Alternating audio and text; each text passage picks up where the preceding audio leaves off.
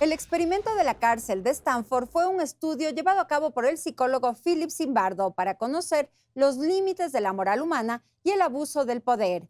La mecánica era simple. Los sujetos de prueba se dividían en dos grupos. Unos serían prisioneros y otros guardias. El objetivo era conocer las reacciones de ambas partes, pero esta investigación no tardó en descontrolarse y mostrar el lado oscuro de la naturaleza humana. En la década de los 60, el profesor Stanley Milgram de la Universidad de Yale, Estados Unidos, reclutó a un grupo de jóvenes a quienes les pidió que imaginen que estaban en una cárcel. La investigación de Milgram pretendía analizar la obediencia a la autoridad. Para todo esto, el psicólogo se inspiró en los juicios de Nuremberg, que sentenciaron los crímenes nazis y que se llevaron a cabo luego de la Segunda Guerra Mundial. Precisamente la mayoría de aquellos acusados basaron su defensa en el hecho de que solo siguieron órdenes de sus superiores.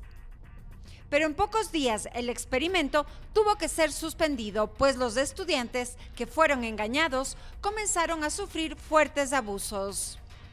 Una década más tarde, Philip Zimbardo, otro profesor de psicología, pero esta vez de Stanford, una de las universidades más prestigiosas de Estados Unidos, quiso llevar el experimento de Milgram un paso más allá y analizar si una persona buena podría cambiar su forma de ser según el entorno en el que estuviese y cuán delgada es la línea que separa al bien del mal.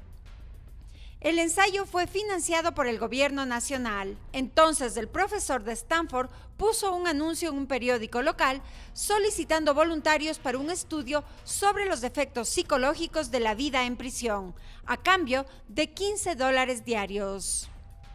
Se eligieron a 24 personas, estudiantes universitarios saludables, inteligentes y de clase media. Se armaron dos grupos y los enviaron de regreso a sus casas. Una parte cumpliría el papel de guardias y la otra serían los prisioneros, que permanecerían recluidos durante todo el experimento, inicialmente programado para 15 días. Un domingo de agosto de 1971, policías verdaderos que también aceptaron participar en el proyecto se presentaron en los hogares de los 12 prisioneros. Los arrestaron, esposaron y trasladaron encapuchados hasta una supuesta penitenciaría, pero en realidad era el sótano del Departamento de Psicología de la Universidad de Stanford, que fue transformado en una cárcel que parecía muy real. Luego del proceso de ingreso, los desnudaron y les entregaron sus uniformes, que consistían en una bata numerada, unas sandalias y un gorro. A partir de ese momento, solo serían identificados por el número que se les había asignado. Durante toda la experiencia, guardias y reclusos serían permanentemente vigilados y filmados por cámaras dispuestas en todo el edificio. Por su parte, los uniformados recibieron instrucciones de no golpear ni lastimar a los presos, pero se les dio libertad dentro de ciertos límites para mantener la ley y el orden en el interior de la prisión. Sin embargo, en muy poco tiempo, la realidad destruyó lo planificado por Zimbardo. Durante el primer día del experimento no pasó nada. Las dos partes se acomodaron a los papeles que les habían asignado. Los presos en su condición de desventaja tardaron un poco más, pero los guardias casi de inmediato fueron abusivos, sádicos y comenzaron a ejercer violencia psicológica. En ese punto, la primera conclusión de los investigadores fue que al tomar conciencia de su poder, este grupo no tardó en cometer arbitrariedades. Esto ocasionó que a la mañana siguiente los reclusos se rebelaran.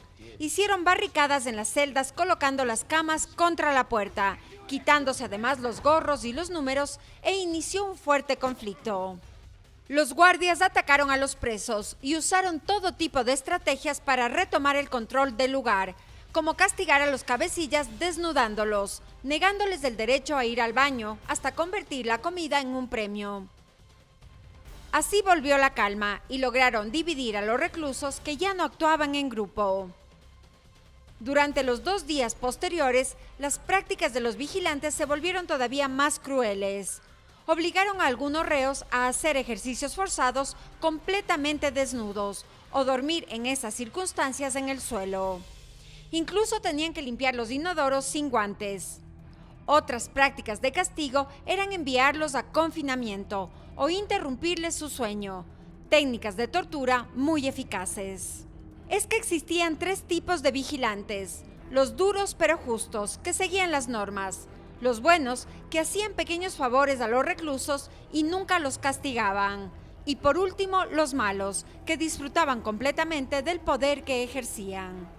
Por el otro lado, y aunque todos los voluntarios sintieron casi de inmediato que estaban en una cárcel real, viviendo una verdadera pesadilla, solo unos pocos con un alto grado de fuerza interior aguantaron la situación.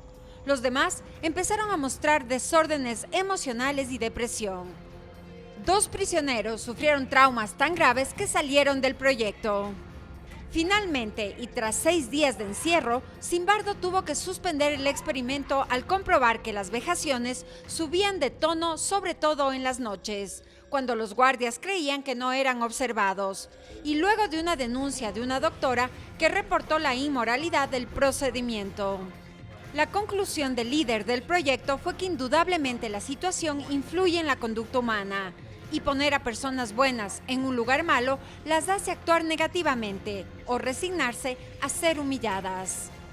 El mismo Zimbardo reconoció que al actuar como superintendente de la prisión, se metió tanto en su rol que dejó de ser consciente de los límites éticos que se habían traspasado. Con el paso de los años surgieron cuestionamientos a su teoría y a su investigación, para muchos fallida, pero aún así este hombre cobró gran notoriedad y fue considerado una eminencia en su campo. El experimento de Stanford sacudió a muchas sociedades, tanto que inspiró a 3 películas, además de innumerables libros, artículos y documentales, convirtiéndose para unos en un mito y para otros en un valioso aporte a la psicología.